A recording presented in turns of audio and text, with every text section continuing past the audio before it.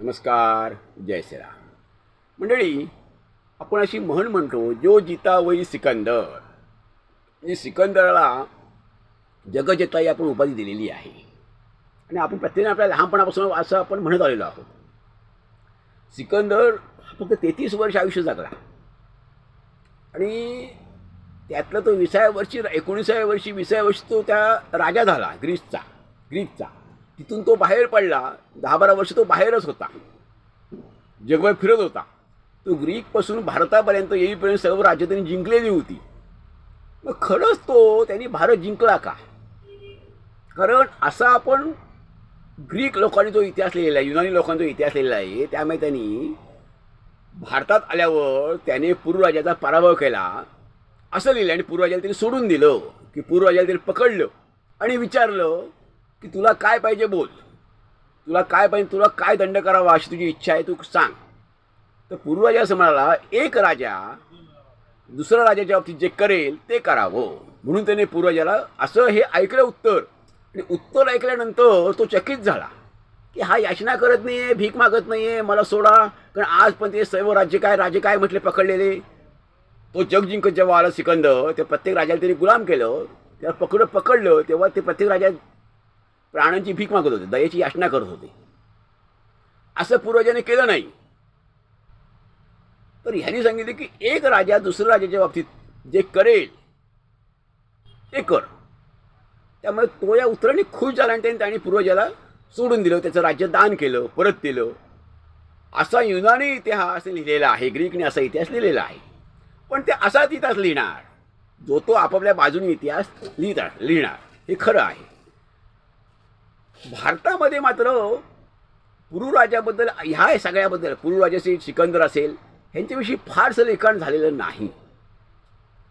परंतु जे उपलब्ध पुरावे आहेत त्यानुसार आता लहानपणी मी एक कथा ऐकलेली आहे की पुरुराजाने सिकंदराला पकडलं, त्याच्या पाठीत वार केला आणि त्याला अभय दिलं आणि त्याला सोडून दिलं. मी त्याचा पुरता पराभव केला. दोन्ही गोष्टी खऱ्या आहेत का? सिकंदराने पुरुराजाचा पराभव केला हे खरं आहे का? तर नाही, तेही खरं नाही. सिकंदराने पुरुराजाचा पराभव केलेला नाही ही गोष्ट खरी आहे. मग पुरुराजाने सिकंदराचा पराभव पूर्ण केलेला आहे का? तर ती गोष्ट खरी नाही. ती गोष्ट खरी नाही. ही लढाई अनिर्णित अवस्थेत संपलेली आहे असंच साधारणपणे अनेक इतिहास तज्ज्ञांचं म्हणणं आहे की त्याला सिकंदराला जावं लागलं. सिकंदर जो आला त्या बाजूनी, म्हणजे आत्ताचं पाकिस्तान, झेलम नदी जी आहे, तर झेलम नदीच्या पाकिस्तानच्या सीमेमध्ये आजच्या त्यांनी तंबू ठोकला. कारण झेलम नदीला खूप, तो आला तेव्हा पावसाळा होता आणि खूप पाणी आलं, पूर आला होता, महापूर होता, त्यामध्ये पलीकडे येऊ शकत नव्हता. त्यांनी तंबू ठोकला. त्यानंतर काही दिवसानंतर त्यांनी दुसऱ्या बाजूने तिथून 8-9 मैलावर लांब जाऊन त्यांनी जागा शोधली सैन्याने त्याच्या, आणि तिथून काही सैनिक त्याचं नावेतून घोडे आणि सैनिक पलीकडे आलं, पुरुराजाच्या सीमेवर आलं. आणि मग प्रवेशद्वारापाशी पुरुराजा होता. पुरुराजाला याची कल्पना होती. तोही तयार होता लढायला. हत्ती होते, घोडे होते, धनुष्यबाण, ढाल, तलवार असं त्याकाळची सगळी साधनं होती. आता हा काळ जो आहे हा इसवी सन पूर्व 326चा काळ आहे. म्हणजे आजपासून साधारणपणे 2300-2350 वर्षापूर्वीचा काळ आहे. मी त्या काळात लढाईची साधनं काय असणार? त्याप्रमाणे हत्ती, घोडे, त्यानंतर धनुष्यबाण, तलवार आणि ढाल अशी साधनं होती. पण पाऊस एवढा पडत होता की चिखल माजला होता, दलदल होती, पाय रुतत होते हत्तींचे, घोड्यांचे, सैनिकांची. धनुष्यबाण टाकायचे खूप मोठे होते, त्याचंही एक टोक जमीन उतरत होतं आणि जमीन उतरल्यानंतर त्याला धनुष्य प्रत्यंच्या ओढून तो बाण मारायला लागायचा. एवढे मोठे धनुष्य बाण होते आणि चिखलामुळे तेही शक्य झालं नाही. पावसामुळे चिखलामुळे तेही शक्य होत नव्हतं. अशा परिस्थितीमध्ये म्हणजे असं म्हटलं होतं की सिकंदराच्या राज्याकडून, सैनिकांकडून पुरुराजा सगळ्यात हत्तीवर बसला होता आणि हत्तीवर त्याला तो बेशुद्ध झाला. की लढून थकला, बेशुद्ध झाला. सैनिक मारले गेले पुरुराजाचे. पूर्वाजा बशून जाऊन खाली पडला. मग त्याला सिकंदरच्या सैनिकांनी पकडून दिलं, सिकंदरासमोर उभं केलं. असं काय झालंय असं पण काही नाही आहे. इतिहासात असं म्हटलं ते की दुसरे इतिहासकार असं म्हणतात की असंही काही नाही झालेलं. तर पूर्वाचे सैनिकही लढलं, हिमतीने लढलं, धैर्याने लढलं. सिकंदर सैनिकही लढत होतो. परंतु ह्या भूमीची, ह्या पावसाची, सगळ्याची दलदलीची सवय त्यांना नव्हती. त्यामुळे त्यांचे घोडेही फसत होते. त्यांचे सैनिक फसत म्हणजे चिखलात फसत होते, दलदलीत फसत होते. ह्या सगळ्यामुळे त्या सैन्याला, आणि सैन्य ते 8 वर्ष बाहेर होतं. 8 वर्ष जवळजवळ सैन्य ते बाहेर असल्यामुळे थकलेलं सैन्य होतं. त्यामुळे थकलेलं सैन्य त्यांच्यात एवढंच लढण्याची आणि पावसामध्ये दीर्घकाळ लढत राहण्याची त्यांच्या क्षमता राहिलेली नव्हती. आणि इकडे पूर्वाजा माघार घ्यायला तयार नव्हता, तो तर हिमतीने लढत होता. अशा परिस्थितीमध्ये सिकंदराला माघार घेतल्याशिवाय त्याच्याकडे पर्याय नव्हता. एक तर मरण किंवा माघार घेणं, असं त्याच्यासमोर पर्याय उभा राहिला. म्हणून ते असतो तिथून माघार घेतली. परंतु पुरुराजाने शर्थीने तो लढला, हे मात्र 100% सत्य आहे. आणि सिकंदराने काढता पाय घातला. या सगळी परिस्थिती बघून, नैसर्गिक प्रकोप बघून,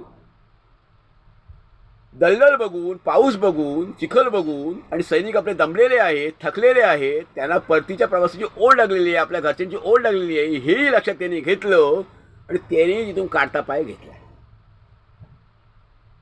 त्यामुळे सिकंदर जिंकला का? तर सिकंदर जिंकलेला नाही.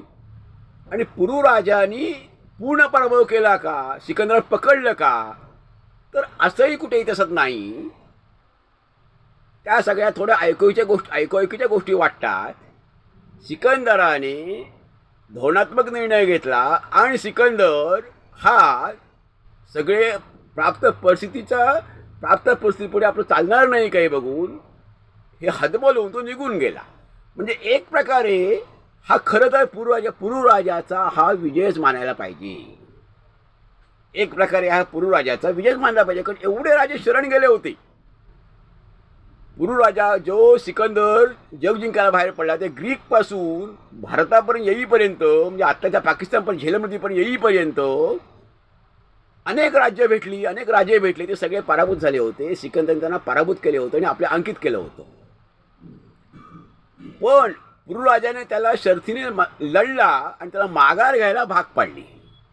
त्यामुळे हा पुरुराजाचा नक्की विजयच आहे. त्यामुळे सिकंदराची लालसा होती. सिकंदर हा लालसी होता. सैनिक काय लालसी कशी असली? सैनिक राजाची आज्ञा म्हणून आणि उदरभरण म्हणून आपल्या उदरभरणाची सोय म्हणजे नोकरी, सैनिक हे चाकर होते म्हणून ते लढत होते. लालसा कोणाला होती? संपूर्ण जगावर राज्य करण्याची लोभ तो सिकंदराला होता. त्याला जग आपल्या अधीन यावं असं वाटत होतं. त्यामुळे तो लढत होता. पण सैनिक मात्र लढायला शेवट तयार नव्हते. आणि ते ह्या सगळ्या निसर्गाच्या प्रकोपामुळे सगळे हतबल झाले.